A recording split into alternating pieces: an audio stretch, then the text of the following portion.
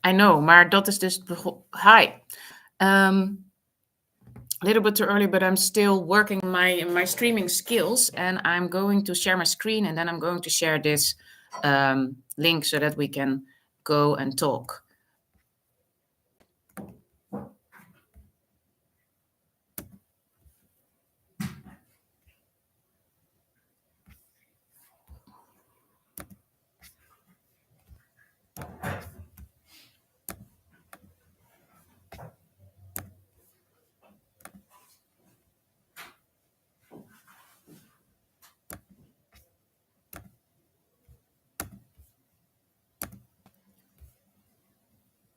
Okay, here we are.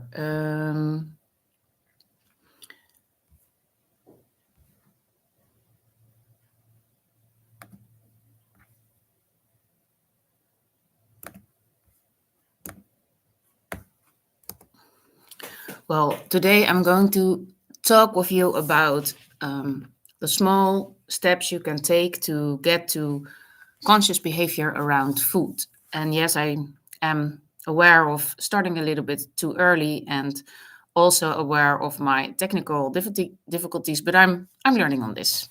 I can share a lot about getting conscious action about food obsession. I think that's very important. So the first thing I want you to know is that whatever your circumstances are and whatever your place is with getting conscious about your food obsession, getting to acknowledge your food obsession, or getting to get open about your food obsession, it's not your fault and you're not a failure. If it doesn't work out yet, if you're not able to plan your eating, you're not a failure. You're just going to take these small steps towards freedom. It will be a journey and it will be a process. And every fall down, you will get up. And every time you get up, you will get a little bit stronger. And so I want to tell you what the first small steps can be. And also I want you to know that you're not a failure, but you're simply learned a defect coping system. You simply worked out something that you thought would work, but doesn't work. Let's do just this little small experiment. Think of a problem. Think of some small problems like you lost your wallet or you have to do an interview somewhere. And think of this and think of what your mind thinks about. That is the first solution. Think about the first thing you want to do. And be very honest with it. And probably the first thing you want to do is eat. The first thing you want to do is open the cupboard. The first thing is like, oh, let's see if the answer is in the fridge. That's not a problem. That is your problem, of course, but it's good to see that this is happening. So if I translate it in Dutch, just for the Dutch listener, doe eens dit gedachte-experiment. Denk aan een klein probleem. Je bent je portemonnee kwijt of je moet naar een sollicitatiegesprek of je gaat naar een netwerkbijeenkomst en je vindt dat spannend of het is vervelend of je bent er stress van. En denk eens aan de eerste oplossing. De eerste manier die jij bedenkt om je zenuwen te kalmeren, om inspiratie te krijgen, om je portemonnee terug te vinden. Waarschijnlijk is het in de koelkast kijken of even een koekje eten of iets. So in English again, that's getting aware and that's getting conscious about your coping mechanism, your coping system. So that's getting conscious about it.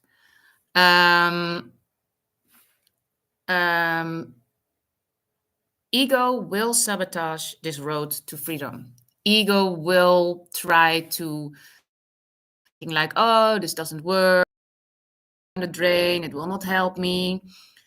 Ego loves to stay in the same place. It doesn't really want to. I see that I have the wrong slides, but it's okay. So I'm sorry for that. Ego loves to stay in the same form and in the same system because it's a little bit afraid for new things because it thinks it dies. So je ego gaat je saboteren. Want je ego heeft het gevoel dat het doodgaat als jij iets anders gaat doen. And for ego, it's no difference between a real death and an ego death. So ego will go and sabotage. But that's what ego does. And that's, well, we will fight it. We will find ways to comfort the ego in other ways than food. So one thing you can do is to create a bottom line, to create your own bottom line. And how will we create this bottom line? How will we create this border for us? Hoe kunnen we onze eigen grens, onze eigen bodemgrens creëren? Well, we have to sort of get conscious about what the behaviors and the patterns and the things are that we're really fed up with. We have to think about what we're really done with, which behavior are in our way, which patterns are unhealthy. So like think of a behavior that is a trigger for you, like you're opening that cupboard again for the cookies and you're really fed up with it. So your behavior of opening this cupboard and shoveling these cookies inside your mouth without knowing that it works is a trigger, because you will get sad, you will get angry, you will get frustrated, you feel powerless, and so this behavior is a trigger. So what we're going to do is write down the behaviors or think about the behaviors that are a trigger. And those behaviors and those patterns, so opening this cupboard in with an idea that it will have a solution, or slowing down because you want to eat first, all these patterns, something like, well, that you have to always eat the whole bag of candies or the bag of chips. Like, you can be fed up with it. You can know and see that this pattern is not healthy, but you're powerless over it. But these behaviors, we're going to write down or think about it, or really get down what is our bottom line. And not every behavior and not every pattern has to be our bottom line, but simply those behaviors and those patterns that we really are fed up with. It can be one or two, like getting up in the morning and eating anything that's in front of you without even thinking if you want to eat this or not. It can be really, really tiring. So that's what you're going to write down, and that's what you're going to think about, and that's what you're going to write down as being my bottom line.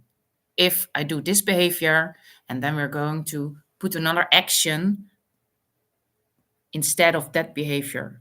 So we're going to do a conscious action whenever we see our bottom line, whenever we see ourselves doing things that are going to end up in our behavior that we don't want to do. We're going to put another conscious action. And that conscious action, I'm going to talk about it. So just a little bit translation in Dutch. We gaan onze eigen bottom line maken. En hoe doen we dat? Door te observeren en op te schrijven welke gedragingen, welke patronen triggers zijn voor ons. Waardoor we boos worden, verdrietig, waardoor we heel erg geconfronteerd worden met onze obsessie, met onze voedselobsessie. En het hoeven niet alle gedragingen te zijn, maar we nemen er 2 of 3, of niet alle patronen. 2 of 3, die schrijven we op en we gaan een andere actie in plaats van die patronen doen. So we're starting to get conscious. So what can be those actions? What can be those conscious actions where we replace our trigger actions? I just call it trigger actions to have a simple word.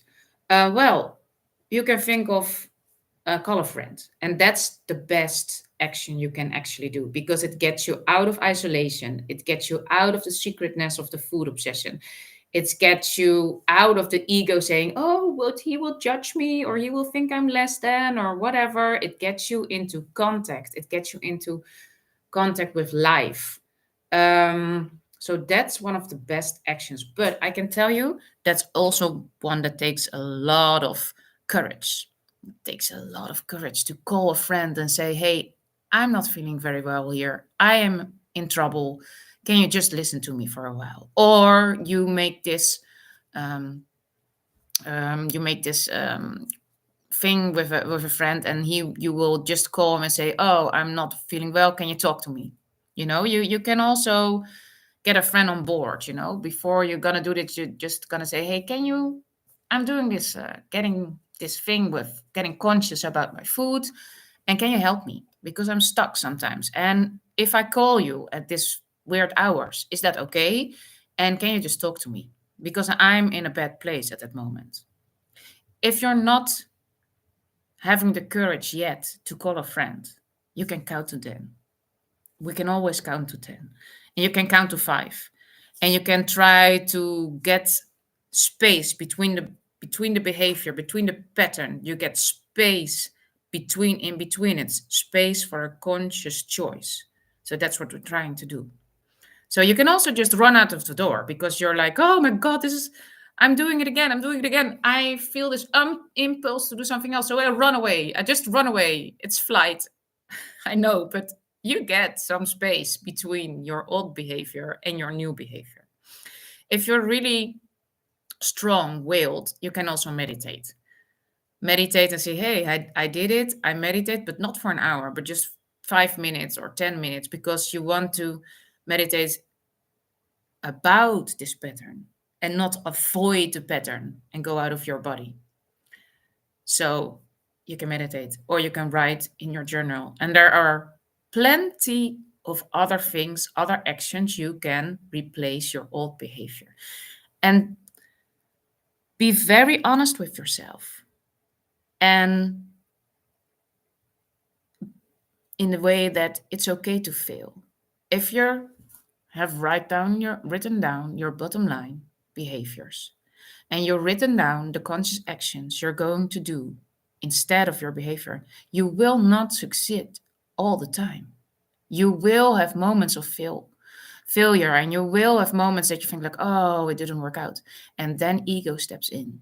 And ego is going to say like, "You see, you're a failure. You cannot do this. This food obsession will stay with you forever and your whole life." And then you're down the drain again. You're going to start again with the loop and the circle that you don't want to be in. So be forgiving, be loving, um, be forgiving and loving for yourself, and let the ego be the ego. Let the mind just chatter. It's the mind. You're knowing what you're doing. You really are going to make space between the old behavior and the new behavior.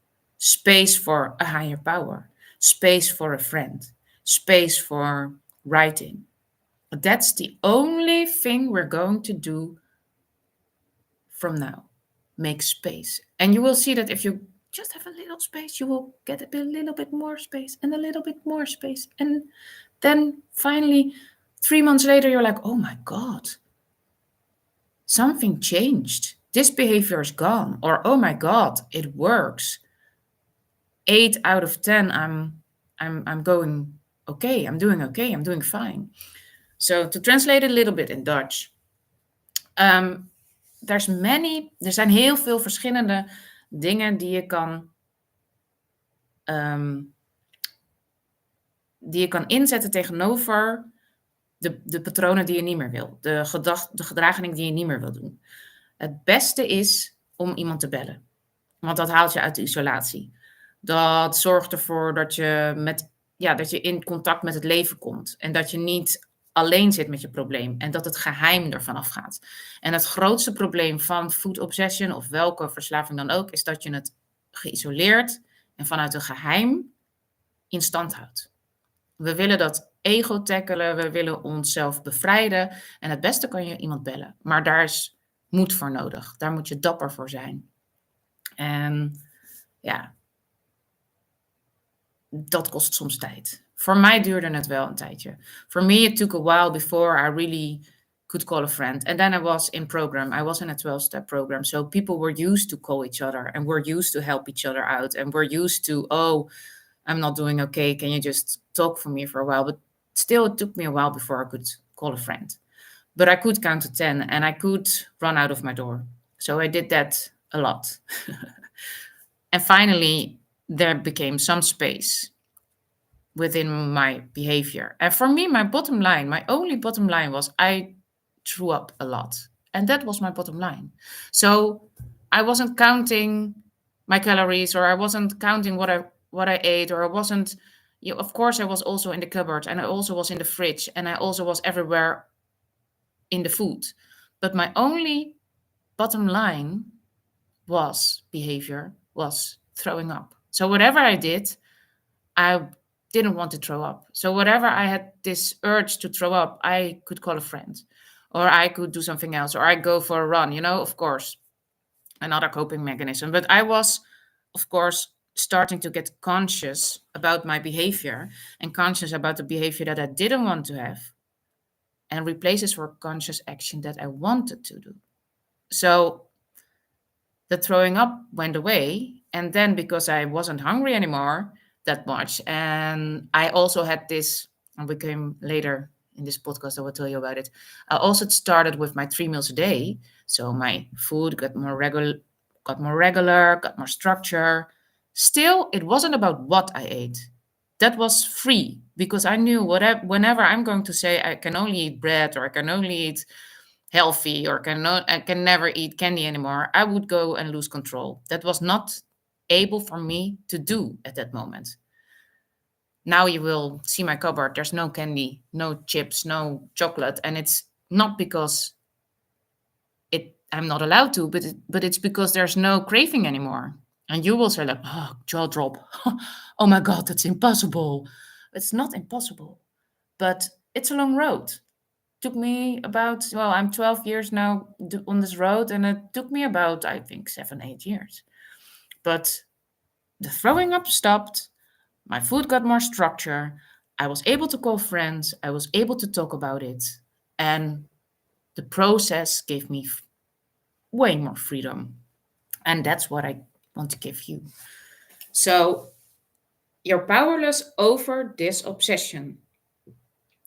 But by acknowledging that you're powerless, you give yourself space. You give yourself space to admit to yourself, to admit to someone else that you have a problem and that you're powerless over it, that you need a power bigger than yourself to get around this problem. And this power bigger than yourself, this higher power, can be anything. It can be a friend, it can be a group, it can be a God, if you have a loving and forgiving and caring God.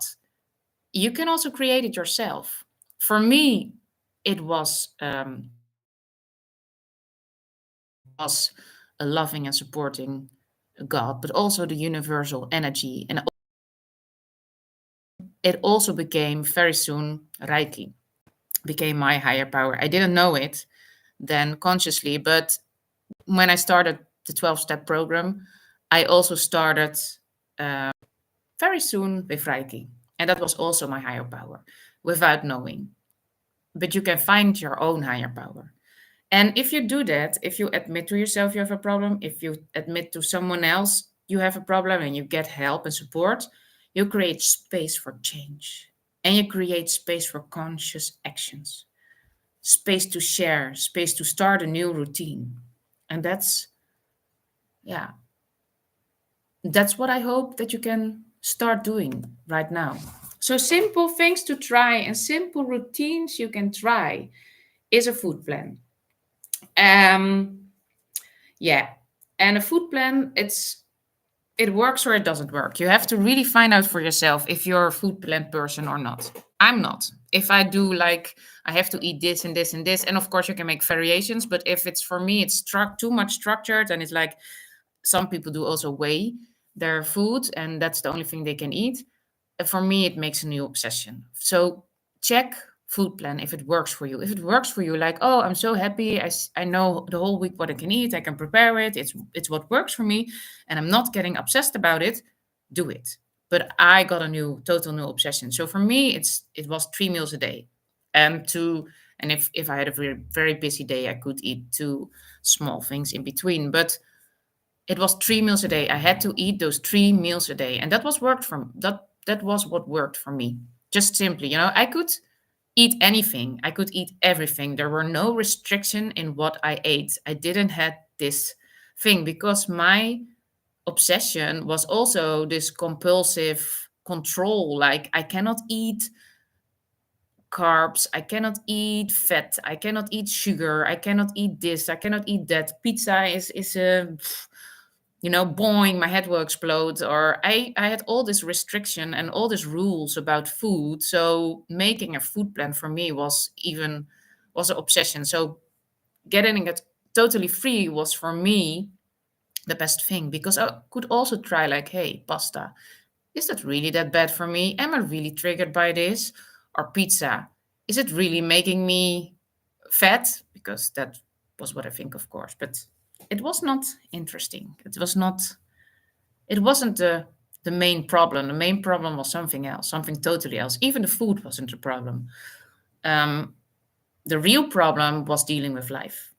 I made this coping mechanism and hide in food for life. I just didn't know how to handle life. And maybe you recognize that. And yeah, you will get to handle life if you stop by handling your food. The first thing you can try is a trigger list. And of course, you can always ask questions and I will reply them if I have gone too fast, or if you don't understand it, or if you just want the translation in Dutch. Ask questions, email me, find my website, subscribe, do whatever you need to get more freedom in your food. Okay. Trigger list. Well, this is also something that helped me in the beginning. And it's not a trigger list about behavior, but this is the trigger list about food. If what kind of foods are triggers. And, like for me, chips and candy and um, all those things, cake, were triggers. So in the beginning, I just made sure they were not there. They were not in my home. And then you say like, hey, yes, but in the beginning, I gave myself this experiment to try, and what worked and what doesn't work. And also, trigger also was pasta. I was thinking that was a trigger, but later I found out that was not a trigger. And now also cookies and chips and chocolate are no triggers anymore. But it started out as being my trigger list. So you can write down on your trigger list what foods are triggering my obsession, what foods are making me want more, what foods are making me think like, oh, but now I need to run 4 kilometers or miles, because it's I ate too much, or it's making me fat, or I cannot handle this food. So see what food are triggers, and then maybe you also have safe food. So whenever you're in a day that's like challenging, maybe you just try your safe food and leave out your trigger foods. And then again, it's a process. And if it makes a new obsession, you just dump it. You just try and dump. Try and dump, try and dump. This doesn't work. Okay, try something else. Oh, this doesn't work. Oh, try something else. But do try it for a while. We have this ego that doesn't want to change. That's like, no, no, no, you're not going to do it. You're a failure. You're not good enough. So we just have to get over those obstacles a little bit all at once, and then you think like, oh, trigger list, I did my ego thing, it's still not working. Okay, but it can be helpful. And then party planning. Well, party planning, we all have parties in life. You go with colleagues to some party, or you have something for your work, or there's a birthday party, or there's somebody getting 50 or 25 years working with you. And there's parties, and parties of food, and parties of alcohol and drinks. And also, for me, alcohol was also triggered to just woo, get over the place. So I also alcohol as well. You don't have to do that, of course, but for me, it worked fantastic, because I've found what detox was. I found was stopping something that I found out how it worked with getting rid of addiction with alcohol, which was easier for me to quit. And then this whole roller coaster that starts, and with food, it is also the same roller coaster you're getting into. And also my behavior changed because I didn't get out of control anymore. I didn't let go that much, and I wasn't gone for like 2 days because of my alcohol. So I stopped that as well. But you don't have to do that. So at parties, for me, parties were like, oh my God, yeah, temptation island. And I couldn't handle it because I couldn't handle life, and I couldn't handle food, and I couldn't handle drinks. And oh my God, all those people, I couldn't handle people either. So that was like, oh yeah, that was hell actually. And also when the first couple of weeks that I started alcohol, I just avoided parties a little bit because I couldn't deal with it until I just asked for support to ask for support and said, hey, how you're dealing with with parties, what are you doing? And then they said, party planning. Plan your food, plan your drinks, and also think about what you can bring to the party. What can I bring? Not what can I take, but what can I bring? And not like food or drinks, but what can I bring as a person? What can I bring to the conversation? What can I bring to entertainment? And if you're an introvert person, how can I listen to people? What can I bring to the party? And not what can I take, or can I be there only in isolation and fear? No, what can I bring? And it helped me. I thought about it, and then you're going to the party in a whole different way. You're going conscious, and you're going to act conscious. And also you can ask like, what kind of food is there, or who will be there, how can I plan the food? Is it a buffet, or is there just one meal, or is there no meal? So you can plan it. And that's really going to help you to get conscious at parties, and also to not let it make escape, so that you're going to the party to be there and not to escape somewhere. So yeah, I hope that will work. And I think that I can do trigger list party planning in a whole new podcast. Food plan. I told you already, like, if it works for you or if it doesn't work for you, you have to find out yourself. Foodplan, mensen, als het voor je werkt, doe het. Als het niet voor je werkt, stop er alsjeblieft mee. Maak het niet een nieuwe obsessie. Dat is het niet waard. Get other people involved. If you're having a food plan and it's a very strict food plan, maybe you can share it with somebody. Maybe you can have the same friend that you call whenever you do weird behavior. Get him involved in your food plan if he doesn't want it. Try it and dump it. And my experience, I told you, for me, it doesn't work. For me, it's a totally new obsession. And no, I have to get it. I have to let my food be free. 3 meals a day works for me very much, and keep it simple. And I could eat whatever I wanted as long as it were 3 meals a day, 3 separate meals a day. Like I had this clock. Between 9 and 11, I could do my breakfast. Between 12 and 2, I could do my lunch. Between 5 and 8, I could do my dinner, because I needed this time frames, because getting out of bed sometimes was a trouble as well. When I started working consciously on my food obsession, I had no work. I couldn't work. I couldn't really do my part of society. I was totally isolated.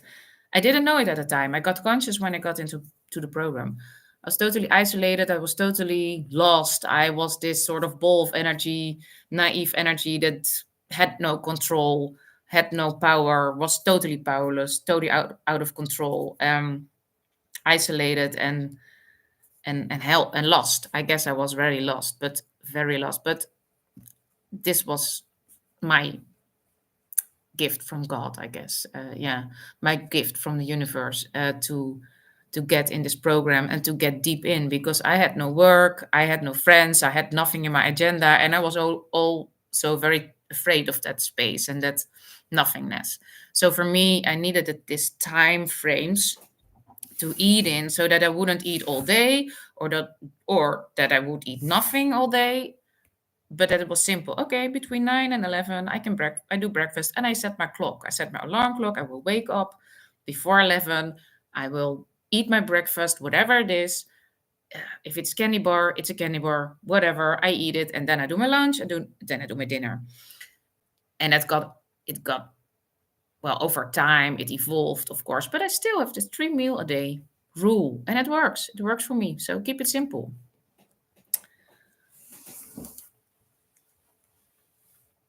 Yeah, I talked a little bit about triggers and trigger lists. I think I will make this a whole new episode. Maybe the next episode will be about triggers and making a trigger list, because while I was talking about it, I got more and more and more and more things to share, more information. So yes, next time will be about trigger lists.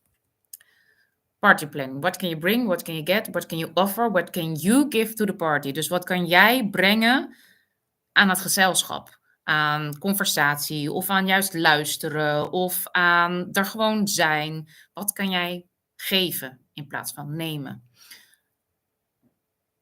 Vraag wat er is voor eten. Hè, is het een buffet? Is er avondeten of is het alleen maar gewoon snacks?